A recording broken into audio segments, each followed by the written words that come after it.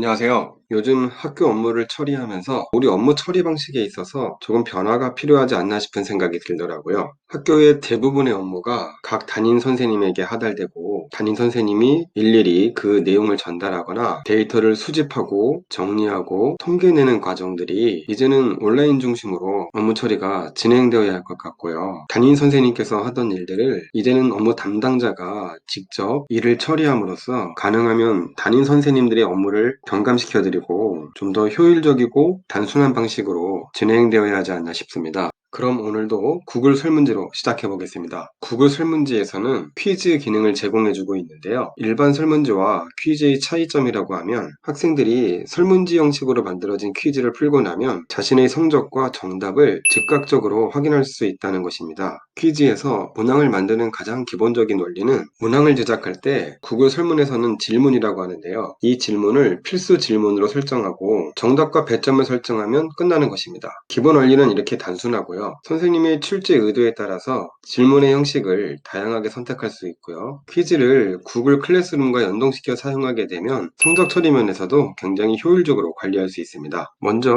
질문 제작에 관한 내용부터 살펴보도록 하겠습니다. 구글 드라이브에서 마우스 오른쪽 버튼 클릭하고요. 설문지를 만들겠습니다. 왼쪽 위에서 설문지를 저장할 파일 이름을 입력하고요. 설문지의 제목도 바꿔보겠습니다. 설문지를 퀴즈, 즉 시험 문제 형식으로 제작하기 위해서는 오른쪽 위 톱니바퀴 모양의 설정 버튼을 클릭하고요. 설정 화면에서 퀴즈를 선택하면 됩니다. 퀴즈로 만들기 부분을 활성화하겠습니다. 그 아래 옵션들을 보면요. 크롬북 잠금 모드라고 하는 건 크롬북을 사용하는 학교에서 사용할 수 있는 기능이기 때문에 저희에게는 관계없는 내용입니다. 아래 성적 공개에서는 학생들이 문제를 풀고 설문지를 제출한 후에 바로 성적을 확인하게 할 수 있을지, 교사의 검토가 끝난 후에 학생들이 확인할 수 있도록 할지 설정하는 부분입니다. 이 옵션이 필요한 이유는요. 주관식 문제 중에 장문의 답안을 작성하도록 만든 유형의 문제나 유사 답안을 검토한 후에 점수를 부여하는 경우 이런 옵션을 사용하면 됩니다. 다음 옵션은 학생들이 응답을 제출한 후에 볼 수 있는 내용들을 체크하는 것인데요. 그대로 저장하겠습니다. 구글 클래스룸을 이용해서 과제를 제출하면 굳이 학생들의 학번이나 이름을 수집할 필요가 없습니다만 지금처럼 일반적인 설문지를 퀴즈 형식으로 활용하기 위해서는 학생들의 학번과 이름 같은 정보를 수집할 필요가 있습니다. 그래서 첫 번째 문항에 학번을 묻고요. 질문의 유형은 주관식이고 단답형이기 때문에 목록에서 단답형을 선택합니다. 그리고 필수로 지정하고요. 두 번째 문제입니다. 이번에는 이름을 묻겠습니다. 마찬가지로 단답형이고요. 필수 문항으로 지정합니다. 이 설문은 학생을 대상으로 실시하는 퀴즈이기 때문에 사실 모든 문항을 필수로 지정해야겠죠. 복사 버튼을 클릭해서 다음 질문을 만들어 보겠습니다. 이번에는 질문의 유형을 선택형으로 할 것이기 때문에 질문 유형에서 객관식 질문을 선택합니다. 보기를 입력하고요. 객관식 질문에서 선택지가 추가적으로 필요한 경우는 엔터를 치면 선택지를 추가할 수 있습니다. 그리고 질문을 작성할 때요. 질문이나 보기와 관련된 그림이 필요하다면 사진 모양 아이콘을 클릭해서 사진을 추가할 수도 있습니다. 아이콘을 클릭하면요. 이렇게 업로드,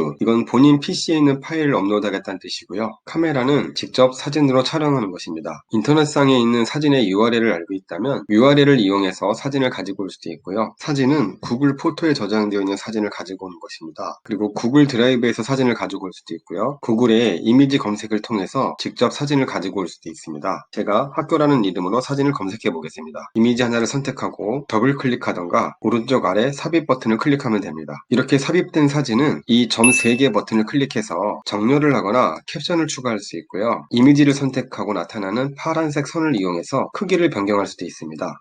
보기에서도 마찬가지로 사진을 삽입할 수 있는데요. 여기서도 구글 검색을 통해 사진을 삽입해 보겠습니다. 이 사진이 괜찮은 것 같네요. 제가 테스트해 보니까 사진은 한 번에 하나만 삽입되는 것 같고요. 보기에서 삽입한 사진은 질문에서 삽입할 때와는 다르게 정렬을 하거나 사진의 크기를 변경할 수 없는 것 같습니다. 그리고 오른쪽 위에 눈 모양 아이콘을 클릭해서 미리 보기를 실행해 보면 보시는 것처럼 아까 질문에 넣었던 사진은 이런 식으로 보이게 되고요. 보기에 삽입했던 사진들은 이런 형태로 보이게 됩니다. 제가 물과 이산화탄소 보기에만 사진을 삽입했기 때문에 사진을 삽입하지 않은 질소와 소금 부분에는 자리 표시자라고 하나요? 플레이스 홀더 같은 빈 네모 박스가 표시됩니다. 이 3번 문항부터는 실제 퀴즈 문항이기 때문에 왼쪽 아래 답안이라는 버튼을 클릭해서요. 정답을 미리 체크해서 점수를 부여할 수 있습니다. 점수는 오른쪽 위에 점수라고 입력되어 있는 부분에 이 질문에 대한 점수를 설정하면 됩니다. 저는 2점이라고 설정을 하겠습니다. 완료를 클릭하시고요. 그리고 아래 보면은 답변과 관련한 의견 추가란 내용이 있는데요. 이 기능은 말 그대로 답변과 관련된 의견을 통해 학생에게 이 질문에 대한 피드백을 제공할 수 있는 기능입니다. 내용을 입력하거나 관련 자료를 링크할 수도 있고요. 유튜브 영상을 제시할 수도 있습니다. 질문과 관련된 설정을 모두 마쳤다면 완료를 눌러서 질문 제작을 마무리합니다. 복사 버튼을 클릭해서 다음 질문을 만들어 보겠습니다. 이번에는 비교하여 설명하시오라는 질문을 만들었고요. 질문의 유형은 장문형으로 하겠습니다. 다른 질문들도 마찬가지지만 오른쪽 아래 점 3개 버튼을 클릭해서 질문에 대한 설명을 추가할 수 있는데요. 필요한 경우에 적절하게 활용하면 될 것 같습니다. 그리고 왼쪽 아래 답안을 클릭하고 질문의 배점을 결정한 후에 완료 버튼을 누르겠습니다. 이 설문지 기능을 활용한 퀴즈는 미리 선택해 놓은 정답과 배점에 따라서 자동으로 채점이 이루어지는 매우 편리한 기능을 가지고 있습니다만 이렇게 서술형의 장문형 질문은 채점이 곤란합니다. 따라서 이런 유형의 질문에는 학생들이 제출이 모두 끝난 후에 이 문항에 대해서만 별도의 채점을 하셔야 할 것입니다. 이 장문형 문항의 질문을 어떻게 채점하는지 알아보겠습니다. 미리 보기를 이용하여 학생 입장에서 답안을 제출해 보겠습니다.